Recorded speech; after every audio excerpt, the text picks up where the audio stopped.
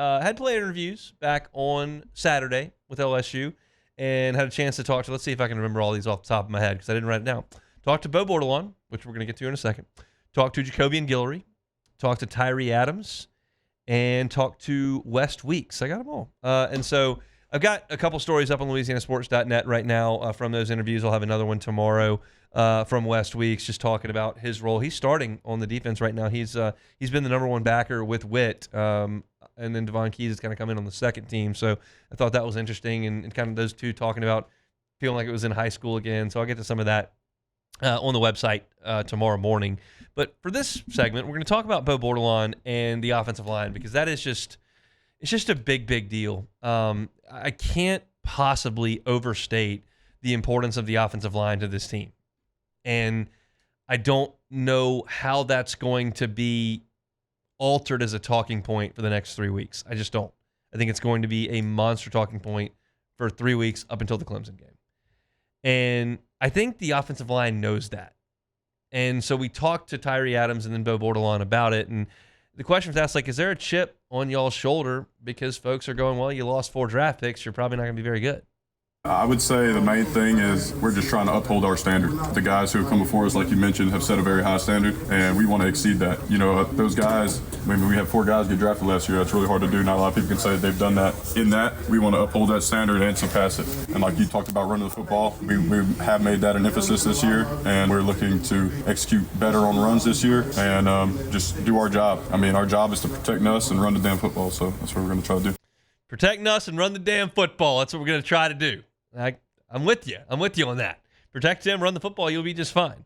I asked him about moving on when those 4 guys left, because I think anyone who's been on even a high school team, I certainly haven't been on a college team, but I've been on a high school team, and I've been on a high school team where like you have kind of an identity to your team, and then that season ends, and you come back for your next team meeting to kind of start the next off season, and those guys who have been such a big deal and been so vocal and been so impactful are not there, and there's a weird feeling about it. I was like, is it weird not to have Will Campbell and Emory Jones and Garrett Dellinger and Emory and Miles Frazier? And this was Bordelon's answer to that.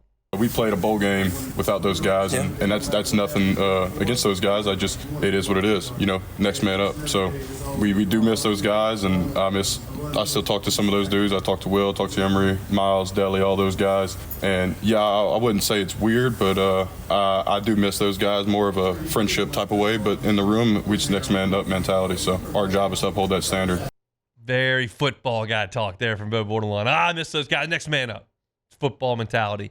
And I appreciate it. And then I followed up like, okay, well, you talked about the bowl game. You played that without those guys. Garrett threw for 313 yards and 3 touchdowns. He was not sacked. Ran it a little bit. And that's Baylor. It's not the 85 Bears, the Baylor Bears. But did that give you any confidence? I wouldn't say the bowl game was perfect. We got a lot of stuff we had to clean up from that, especially me, myself. I mean, gives us some confidence there going into next season, knowing that we can go out and execute. So this is an interesting piece that I gleaned from this conversation. They're trying their hardest to build chemistry on the offensive line. In fact, let's switch the order here and go with 11 next because I'll get to this. They're trying to build chemistry on the offensive line, and they've talked about how big a deal that is. And so we'll play Bo's thoughts on chemistry here. I think Coach Davis has done a great job of emphasizing he wants our room to be close. And I think this offseason we've taken the time to get together outside of the meeting room, outside of this facility, and just be friends, man. Hang out, go eat lunch. We did like some alligator tours and stuff like that, and just kind of showing the guys not what it means. Like we got 2 new guys, Braylon Moore, and then all of our young guys, Josh Thompson, another transfer. But we're just trying to really bring those guys into the room, make them feel at home, show them what it means to be an LSU Tiger, and also what it means to be an offensive lineman at LSU, and just make sure that we're close. Because if we're close outside of here, then we're gonna go fight for each other when it gets hard.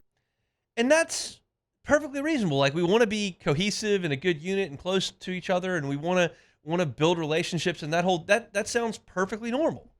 But the flip side of that is nobody's got a job. Like Brian Kelly gave Braylon Moore the center job today. He's like, yeah, that's our center. And like I think Tyree Adams is going to be the left tackle, and Weston Davis is going to be the right tackle, and I think Josh Thompson is going to play right guard, and I think DJ Chester is going to play left guard.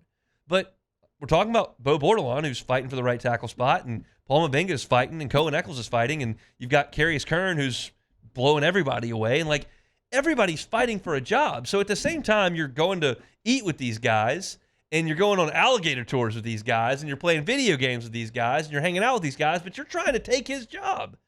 So the question is, like, do those two things create tension or animosity or awkwardness? And Bordelon answered that question.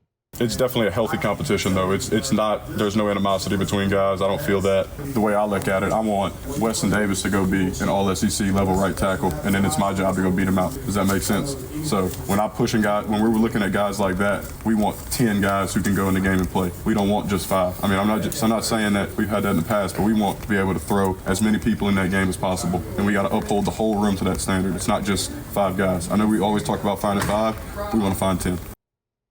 And I think they're probably closer to 10 than 5 at this point.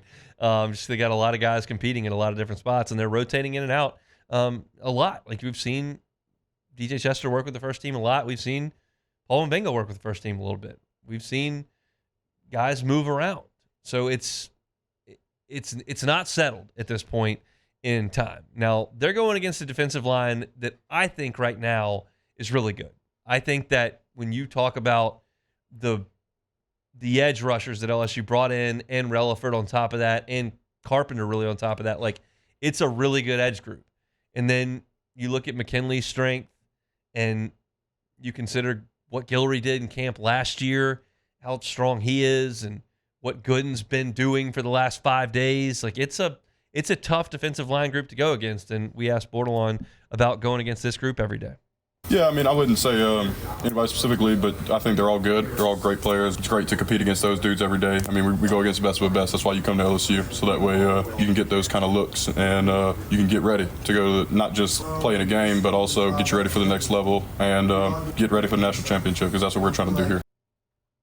Pretty well stated there to finish things. That's the goal in everybody's mind. And I'll say this, a little bit of change today.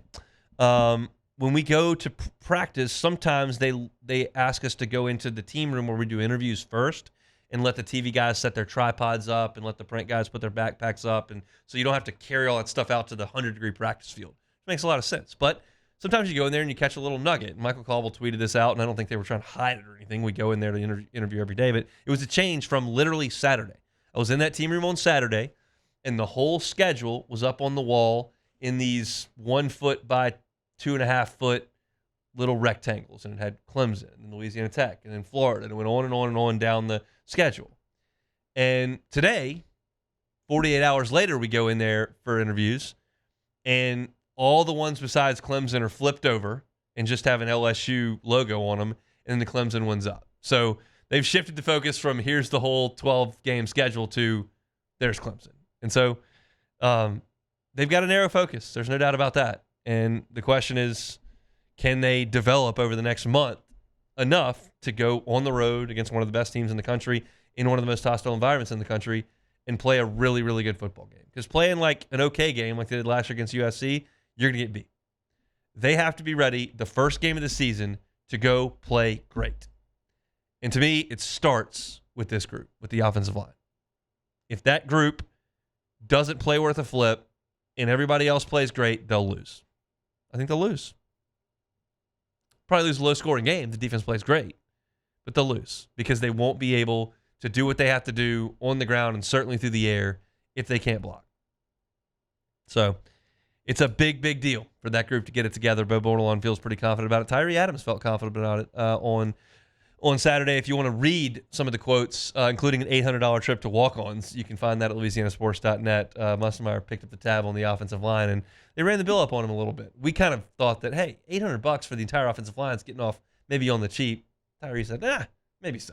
But that quote and that entire story is up at LouisianaSports.net right now. Hey, thanks for watching Hunt on LSU. Before you get out of here, do us a couple of favors. Hit that like button, leave your comments below, and subscribe to the channel for all your Fighting Tiger football talk. See you next time.